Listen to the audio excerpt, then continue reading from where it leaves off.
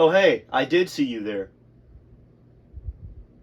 My musical taste was pretty boring until Guitar Hero Metallica introduced me to Metallica. My dad's CD box introduced me to other metal bands. Guitar Hero Metallica introduced me to King Diamond. After going to a Metallica concert, an Iron Maiden concert, and a King Diamond concert, my dad's CD box introduced me to other genres of music. I began exploring other genres such as progressive rock, classical music, and even rap. Then I returned to metal to explore other subgenres I had not yet explored, such as power metal and death metal. Clone Hero, a free Guitar Hero fan game, introduced me to an album called Extension of the Wish by a progressive metal band called Andromeda.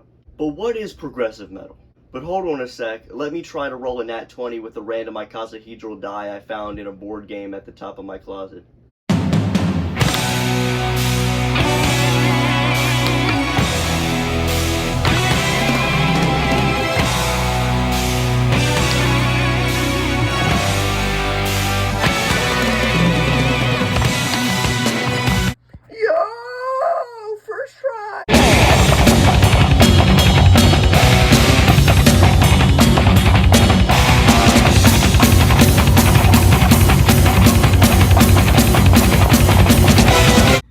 Hey, I'm the Jacob, and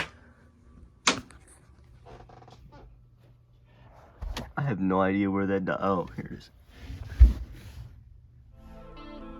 Wait for it. Wait for it. Progressive metal! What you just saw was the result of me looking up on YouTube what progressive metal was. That was Mike the Music Snob from the YouTube channel Become the Night after he taught me what progressive metal was. I'm going to just throw in a clip of him explaining it because he explained it way better than I could. These bands took the heavy, pounding aggression of metal and fused it with classical and jazz theory to make what we know today as progressive metal. Then, at the end of the video, he gave a bunch of bands to listen to, including Dream Theater. I'd heard of Dream Theater before, but not in this context. So I started off with Dream Theater's first album, When Dream and Day Unite. The first song in this first album is called A Fortune in Lies, which was the song that I played in the intro section where I was rolling a die. That's A Fortune in Lies. It is, ever since I've listened to it, it has been stuck in my head every single day. Part of the reason it's so ingrained in my brain is because I had to memorize it for the Clone Hero. I listened to these songs some of these songs for the first time through Clone Hero.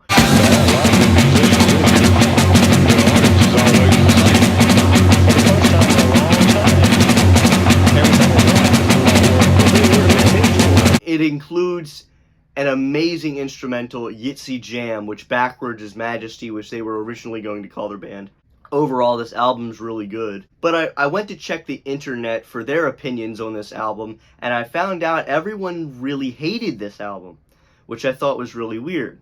It's because of the production quality is pretty bad, which I agree with, that holds the album back. But the other reason they say this album is bad is because of the singer, Charlie Dominici. Which, yeah, he really can't do a high note.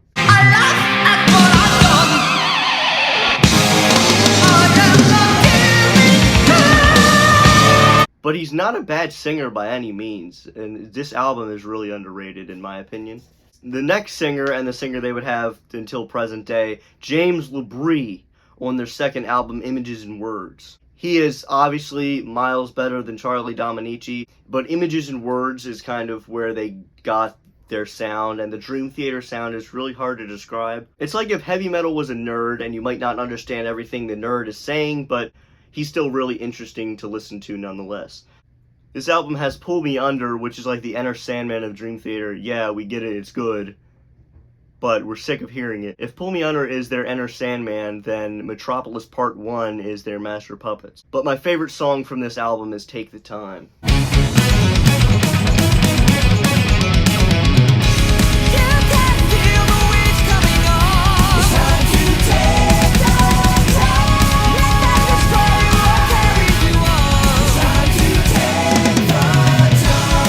The third album, Awake, is okay. I don't like how he sings on this album. It begins with 6 o'clock on a Christmas morning. 6 o'clock on a Christmas morning. 6 o'clock on a Christmas morning. 6 o'clock on a 6 o'clock on a Christmas morning.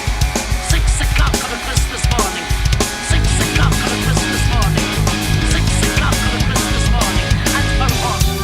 My favorite song here is Lie, which reprises a riff that was introduced in the previous song, Mirror, and they kind of go together, but Mirror is really cool because of how the intro works, but Lie is my favorite off the album. Don't tell me you wanted me.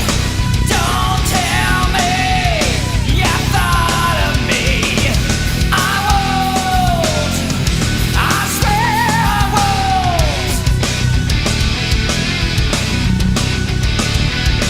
Their fourth album, Falling Into Infinity, sounded like an Alice in Chains ripoff, and I already don't like Alice in Chains, so this album was so boring I never finished it. Normally an EP would be 20 minutes because it only has 5 songs on it. This one also has only like 5 songs on it, A Change of Seasons. However, it's 50 minutes because it includes their first 20-minute song. Then they said screw you to the record company and decided to make an hour and 20-minute long album called Metropolis Part 2 as a spiritual successor to their signature song Metropolis Part 1. Signature. This album includes the most Dream Theater song, Dance of Eternity, which is one of the least repetitive and most insane songs I've ever heard in my life.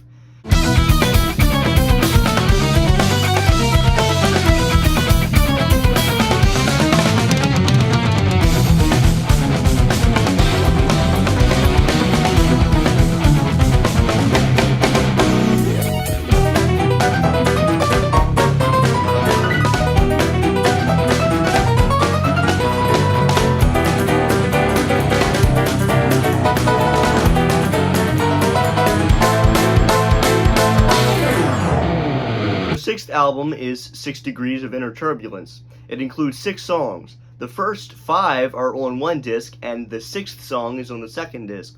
Why is there only one song on one disc, you ask? It is a 40-minute song.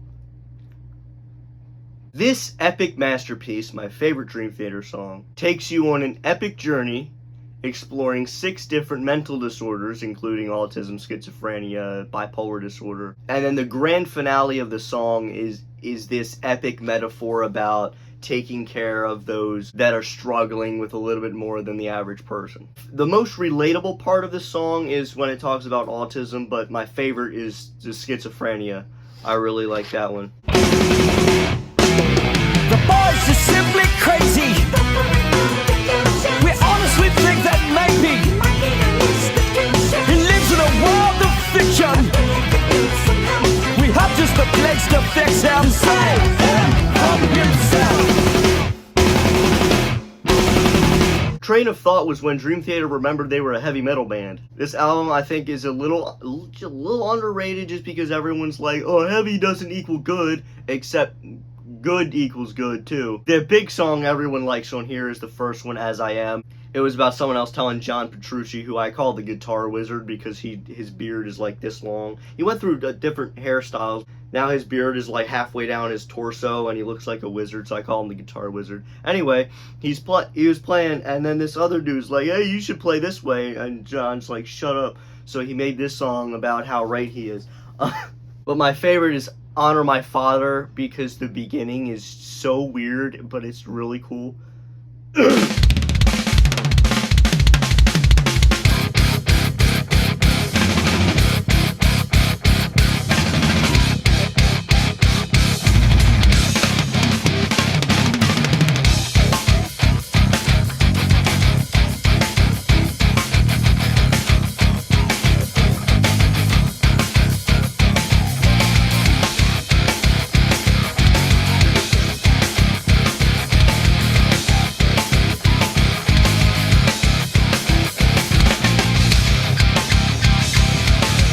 Their 8th album is Octavarium, which references the fact that this is their 8th album, which on a keyboard would complete an octave. There are 8 songs on this album representing the 8 white keys, starting with the root of all evil. The transitions in between some of the songs represent the black keys. The album art is also a Newton's cradle with 8 balls representing their 8 albums, and there's crows in between each ball, representing their live albums they released, also representing the Black Keys. The epic finale of this album, Octavarium, the title track, is like their magnum opus, and it ends with the beginning of the album, so it kind of representing that it's looping. And also, one thing I forgot to mention is starting with Metropolis Part 2. The ending of each album was the beginning of the next one, including the note at the end of Train of Thought, which the keyboardist Jordan Rudess played with his nose.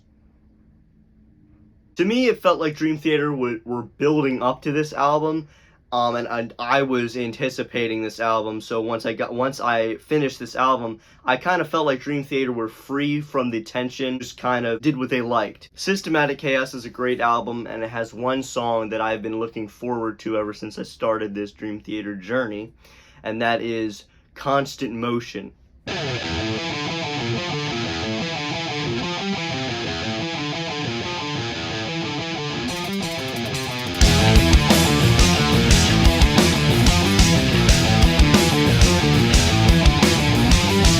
Black Clouds and Silver Linings. Every song on this album is a story, which I think everyone's true except one. The one about the Illuminati might not be true, but every other song is true. But they're each sad stories that end in a positive kind of silver lining. But the most popular song on this album, The Count of Tuscany, I had actually heard before. I actually played it on Clone Hero.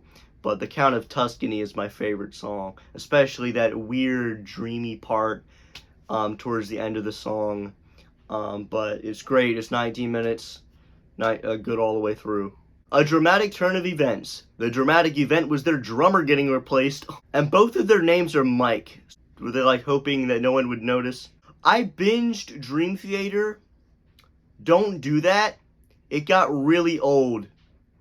Like, I binged all their albums back to back. I didn't listen to anything in between. It was really bad. So my first impression of this 11th album was like, wow, every song is too long, too slow, and they all sound the same. So I kind of got sick of Dream Theater. But I was getting distracted from Dream Theater by another progressive metal band I discovered around this time. And they make Dream Theater look boring in comparison. I searched up a bunch of progressive metal on Clone Hero to play. There was this one band that I heard of previously when searching what progressive metal was. So I was like, hey, they're there, so I'll download them and listen to them. And it was some from their first 2 albums. As I played, I was like, wow, this is really good. The band is Symphony X, and they began to take the front seat in my progressive metal binge. So I was binging Dream Theater and Symphony X at the same time, and I was like, wow. Symphony X is what you get when you shove my 2 favorite genres together, metal and classical. This first album sounds like if Edgar Allan Poe made metal. Every song from this album's great, even if the production quality may be lackluster. I mean, in the first song, you can hear the background room noise of the studio they're recording in is really bad. Much like Dream Theater, this first album has a different singer than the rest of the discography, and everyone hates it because of the different singer and the production quality. However, Rod Tyler isn't bad at all. I don't know what everyone says, oh, Rod Tyler sucks, he's a horrible singer. I love him. He's a great singer. When choosing a favorite song from this album, like any other Symphony X album, it's really hard because Symphony X has no bad song at all. Well, I could say the first song just because of how ingrained it is in my brain because I had to memorize the weird rhythm on Clone Hero. I can go with The Masquerade, which everyone loves. It's the only song they play off of this album live. I could go with Premonition, which that chorus of Premonition is so emotional, but I think I'm going to have to go for my favorite song, A Lesson Before Dying. There's this little concept in this album about death that I don't feel like delving into, otherwise this video would be 2 hours long. A Lesson Before Dying kind of caps it off in this kind of strangely silver lining way about how, yeah, death takes our loved ones away, but life can bring us new faces to replace the loneliness that we once knew. So it's a very epic song, and then once the song kind of reaches its bridge point, it starts this really weird solo that goes in a bunch of different places, and it's really awesome, and then it kind of just jumps back into the rest of the song and finishes it off, which is why it says 12 minutes, but it's a really great song if you can ignore the low production quality. Nightmare or fantasy, untrue reality, learning the lessons as we fight to stay alive.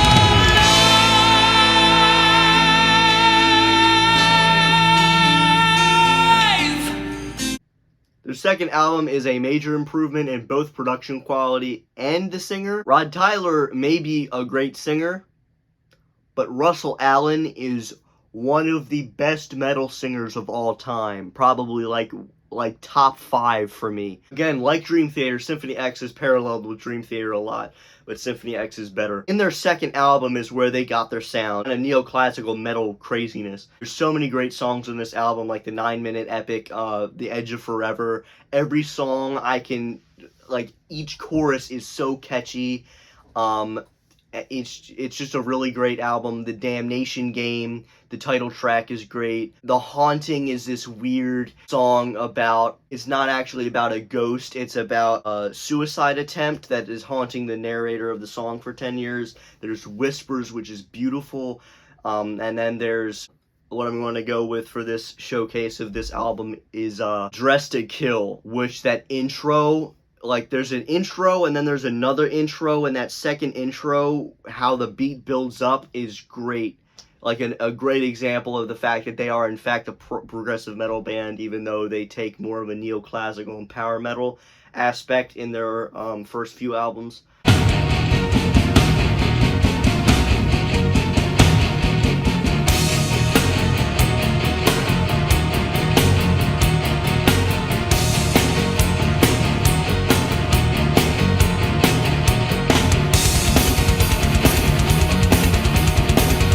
The Divine Wings of Tragedy is the third album, which is still better yet, and it includes a 20-minute epic about the fall of Lucifer, The Divine Wings of Tragedy. It also includes The Accolade, one of their best songs. And even just the first 3 punchy songs are great, but my favorite has to be Of Sins and Shadows, again, for its double fake-out intro that it does. It's great.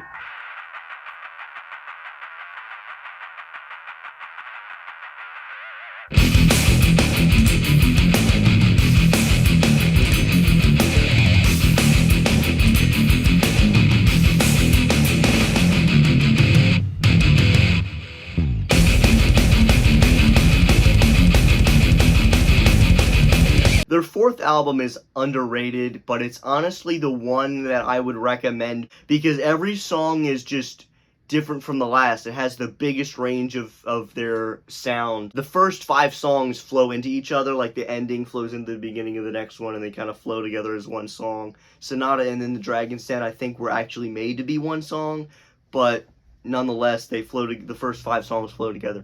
Sonata is really peaceful. In the Dragon's Den is one of the heaviest songs that Symphony X has done so far.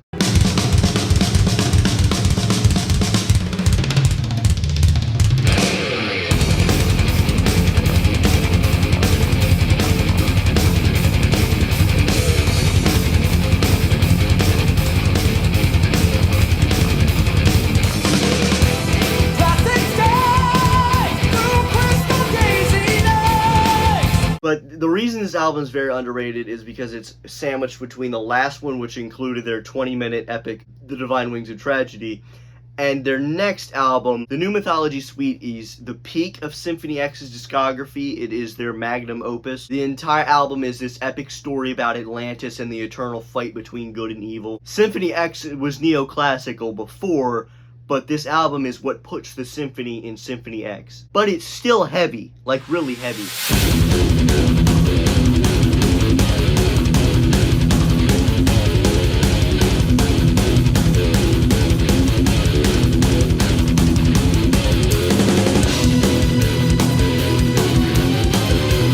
Their sixth album is where you start to notice the fact that they're actually going in a more progressive and heavier direction, and it's actually the last album where it focuses more on a symphonic and neoclassical feeling. It all starts with the incredibly catchy Inferno, then the incredibly groovy and catchy Wicked, And there's a sequel to Accolade, which is almost as good as Accolade 1. And you also can't forget about the masterpiece that is Awakenings. It's just so dense with emotion and detail.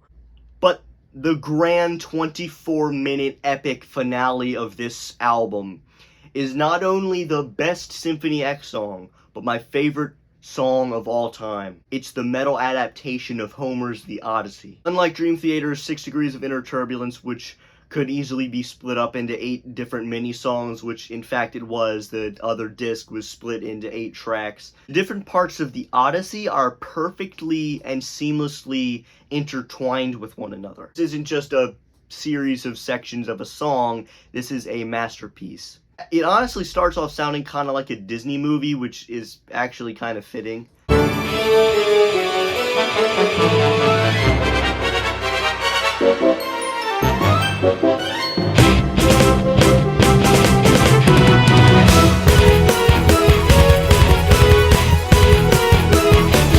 But it gets really heavy and the instrumental bits are proggy as hell and it's amazing.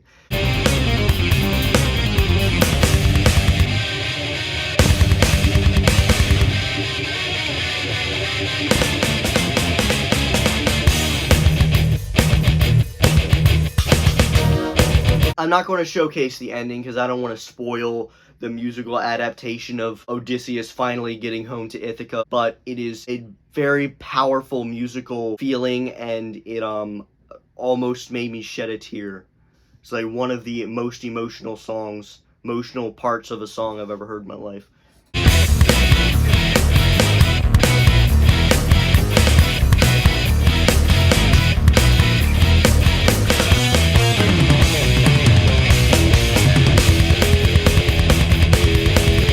Symphony X actually had 3 more albums, but Halloween was coming around, so I decided to check out the band that a lot of people deem the origin of power metal, Helloween. This is evident right off the bat with their first EP, Helloween.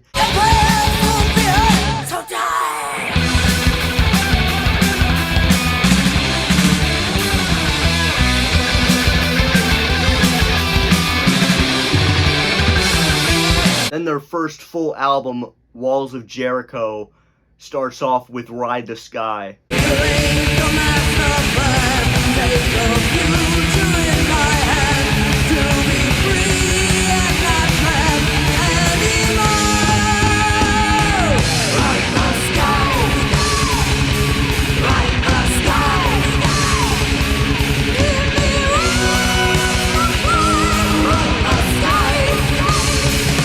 But what they're best known for is their 13-minute epic Halloween, which is on their second full album, The Keeper of the Seven Keys Part 1. In the streets of Halloween, the spirits will arise. Make your choice in hell paradise.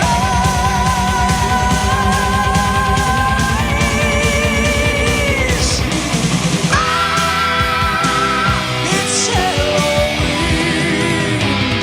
Throughout the course of their discography, they actually had 3 different singers, which were all reunited in their most recent album, Helloween. That's kind of confusing. You think your band's called Helloween, your first EP is called Helloween, and your last album is called Helloween.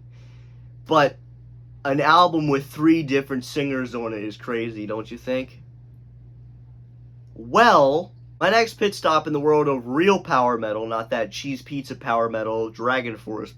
It's actually a song I discovered through Clone Hero again. It's an amazing 14-minute epic, 7 Angels, which includes so many different vocals and lyrics, so many unique verses, and it's like a great song. And it's the first song on an album called The Metal Opera Part 2. After some research, I discovered that the Metal Opera is an epic story that spans 2 albums by a collaboration supergroup band led by Tobias Sammet called Avantasia.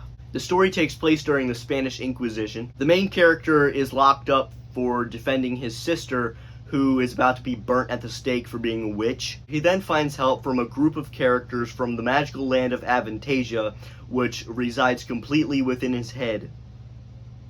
Every character in this opera has its own singer, resulting in a total of 10 different singers. This includes 2 Halloween singers and a Halloween guitarist, and a singer I misread as Bob Rock, and I told my dad that it's Bob Rock from Metallica. No, it's actually Rob Rock, because I have dyslexia apparently. But my favorite song from part 1 is The Glory of Rome.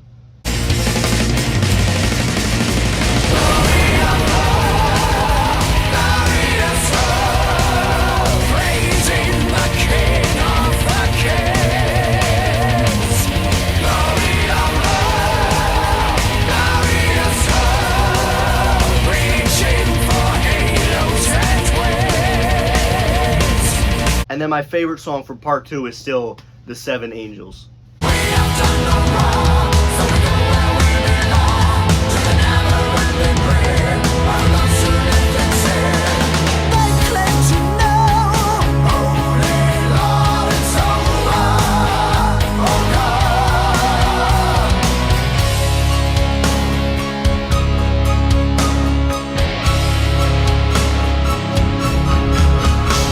Hey angel, can you tell me, will you lead us to the place full of heat in the fire, for we only brought this grace. Here's no way, if they only knew.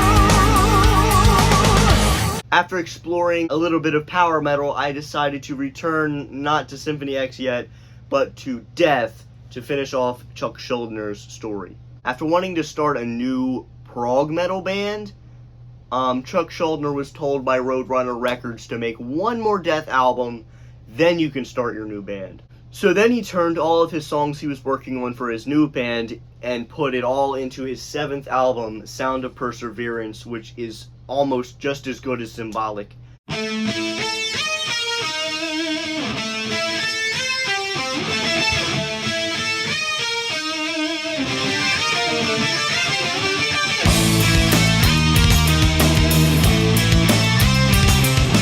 Then he could finally make Control Denied, his new band. He released his first album, The Fragile Art of Existence, and then got a brain tumor and died at the age of 34. So once he finally got his new band together and released an album, he died. Ironically, my favorite song from this album is called Expect the Unexpected. Therefore what can I see? Expect the unexpected, and you will save yourself a state of shock. A waiting game, waiting to see. Expect the unexpected, and you will save yourself a state of shock. Then I returned to Andromeda to listen to their second album, 2 = 1, which is the Roman numeral 2, then the equal sign, then Roman numeral 1. So it's really 5 different lines, which is a really cool idea. But again, Andromeda, their first album, has a different singer than the rest of their discography, like the other 2 prog metal bands I like. Anyway, Andromeda's second album, it isn't space metal anymore, it's really creepy, and that's because it's a conceptual story about mental illness, and not really mental disorders like Dream Theater, 6 Degrees of Inner Turbulence, but it's more of like mental illness, and it deals with suicide and all kinds of different things, but it also has some schizophrenia elements, which is evident in the song Parasite. My favorite is the title track, but I think the intro to the first song, Encyclopedia, which goes over the main character's diary, is really interesting.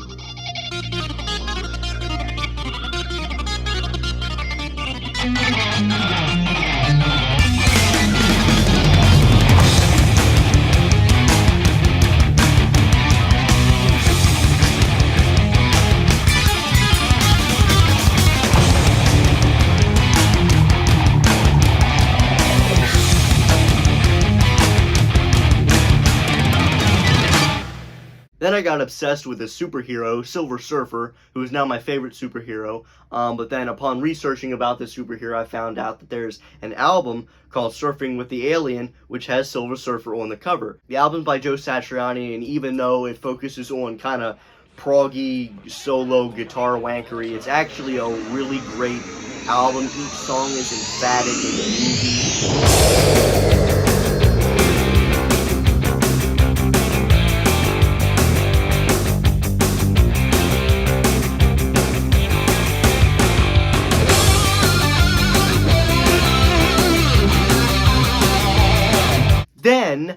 I finally returned to, still not Symphony X, King Crimson. Their second album, In the Wake of Poseidon, has kind of a different vibe than the first one. The title track, In the Wake of Poseidon, is my favorite because that chorus is so great, so emotional.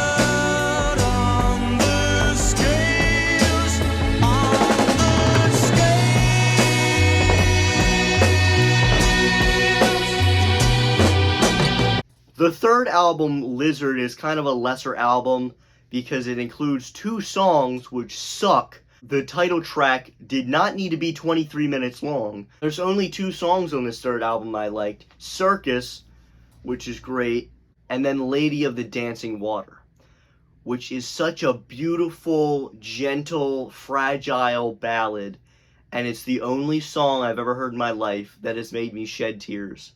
Just because of that, it deserves to be my favorite King Crimson song. Like, I rarely ever cry to movies. If you can make me cry to a song, you know it's good. Pouring my wine, your eyes cage mine, glowing,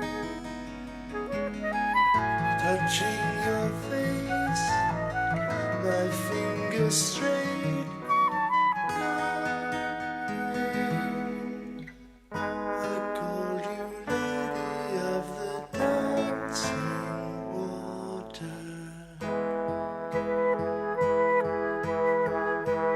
The next album is a concept album.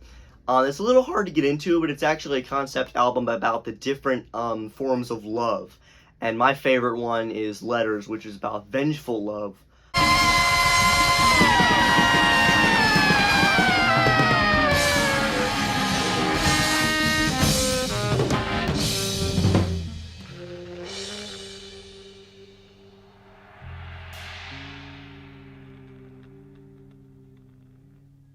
Impaled on nails of ice, and wait for emerald fire. Your wife with soul of snow, with steady hand begins to rise. That's why I like King Crimson. Each song is unique, and they never do anything that's just to mainstream, to just appeal to the masses. They always have some really unique classic songs. However, the next album, Lark's Tongues in Aspic, I don't even know what a lark's tongue is. I don't know what aspic is either. But the only song I like on this album is Lark's Tongues in Aspic Part 1.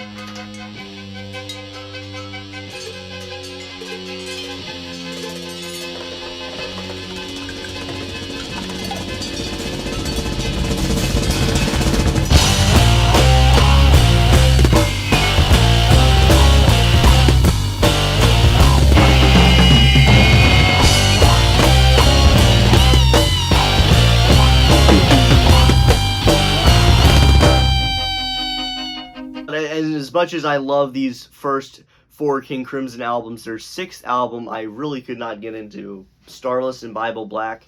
It had a different feeling. The first song of that I didn't really get into King Crimson after Islands.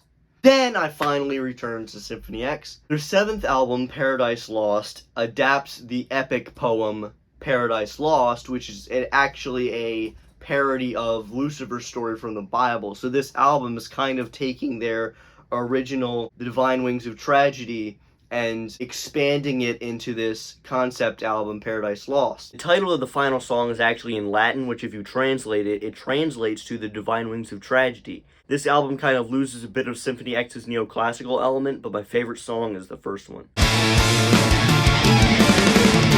Fly with me forever high, and with these wings we'll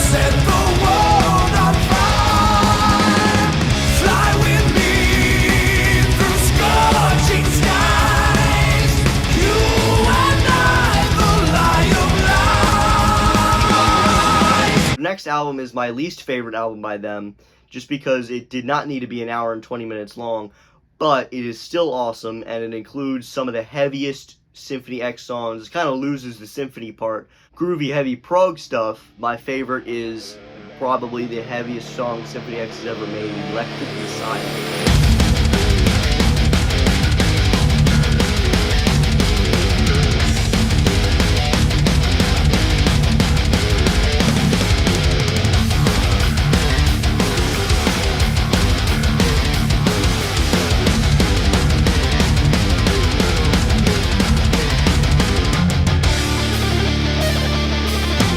But their ninth album, I feel like, is kind of a spiritual successor to their first, because their first kind of conceptual album about all the stuff leading up to death, whereas their final album is all the stuff after death. The album is Underworld. It talks about losing loved ones and the grief after death, and I'll still go on. I can get past this, but it also takes on the supernatural elements like Karen. This album has more of a poppy feel in the choruses, which actually works with Symphony X, weirdly enough. And my favorite song is Nevermore. Nothing matters anymore.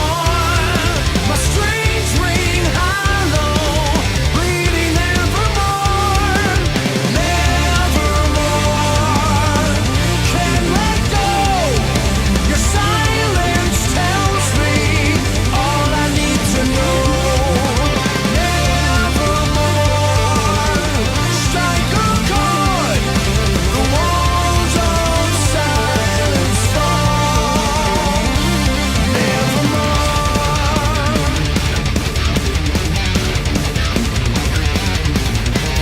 After that, I ended up getting a new iPhone 13, which came pre-installed with GarageBand, which was great because my previous actual physical keyboard died.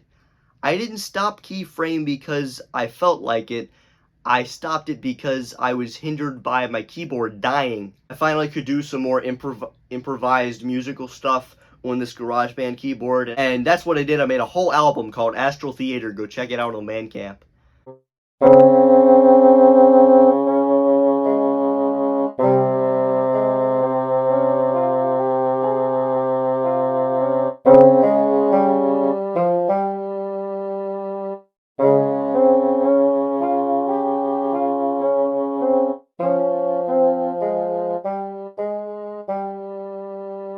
I saw one of Mike the Music Snob's videos, the dude who introduced me to Dream Theater. He was talking about Pink Floyd and how he doesn't really like Pink Floyd, but then he went over The Wall. Said that The Wall more than pleasantly surprised him, and it became one of his most favorite albums of all time. And I gave it a listen, and I did not expect it to be an hour and 20 minutes long, let alone to be a story. And the end of this album is great. Again, it's so emotional, it almost made me cry. But it's just kind of one gigantic piece, but it has it's just a bunch of mini songs that roll into each other. I don't want to spoil the ending, the last song, but I'll give you the second to last song, The Trial.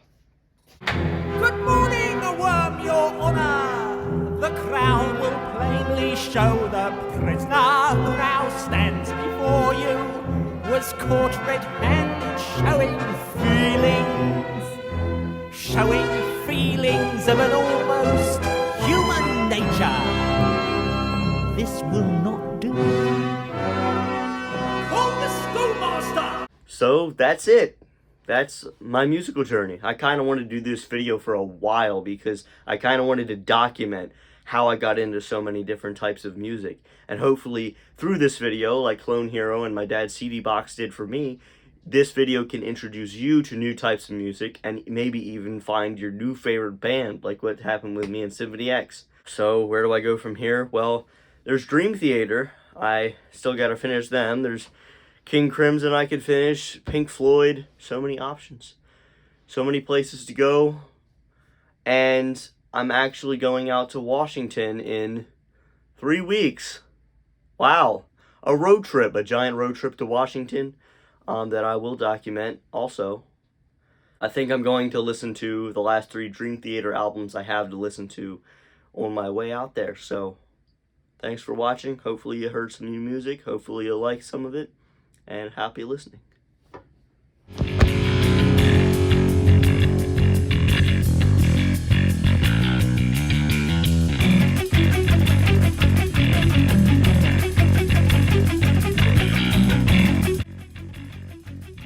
I gotta leave my freaking light switch off because it's, even though it's hot as ball sacks in here, I gotta leave it off so you don't see flickering. This album is really underrated in my opinion. It's not an opinion, it's facts.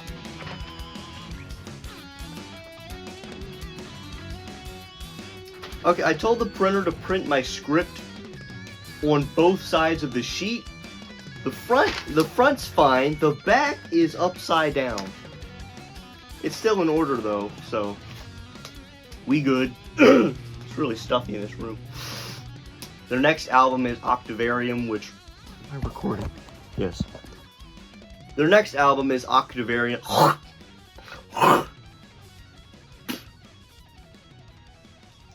Woo! Their next album is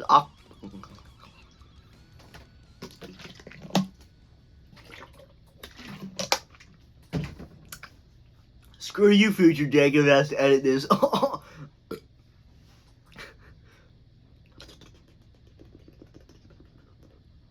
Their eighth album is Octavarium, which references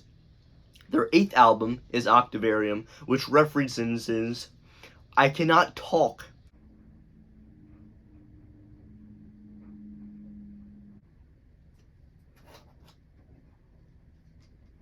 But Mike Mangini's great.